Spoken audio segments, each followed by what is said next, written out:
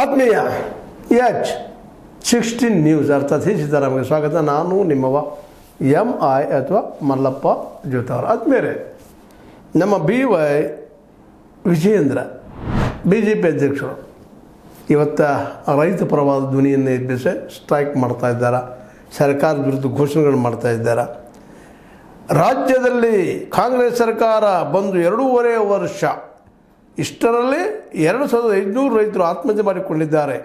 ಸದ್ಯಕ್ಕೆ ಇದಕ್ಕೆ ಸರ್ಕಾರವೇ ಹೊಣೆ, ಇದಕ್ಕೆ ಸರ್ಕಾರವೇ ನೇರ ಹೊಣೆ ಅಂತ ಆರೋಪ ಮಾಡ್ತಾ ಇದ್ದಾರೆ. ಜೊತೆಗೆ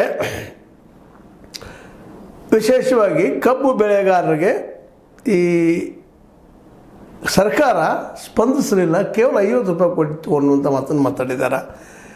ಜೊತೆಗೆ ಇನ್ನೊಂದು ಮಾತು, ಕಬ್ಬಿನ ವಿಷಯಕ್ಕೆ ಮಾತಾಡ್ತಾ ಕರ್ನಾಟಕ ಅತಿ ಹೆಚ್ಚು ಕಬ್ಬು ಬೆಳೆಯುವ ರಾಜ್ಯ. ಇದರಿಂದ 40,000 ಕೋಟಿ ಆದಾಯ ಸರ್ಕಾರಕ್ಕೆ ಬರುತ್ತದೆ. ಆದರೆ ಪ್ರತಿ ಟನ್ನಿಗೆ 50 ಪರಿಹಾರ ಘೋಷಿಸಿದ್ದಾರೆ.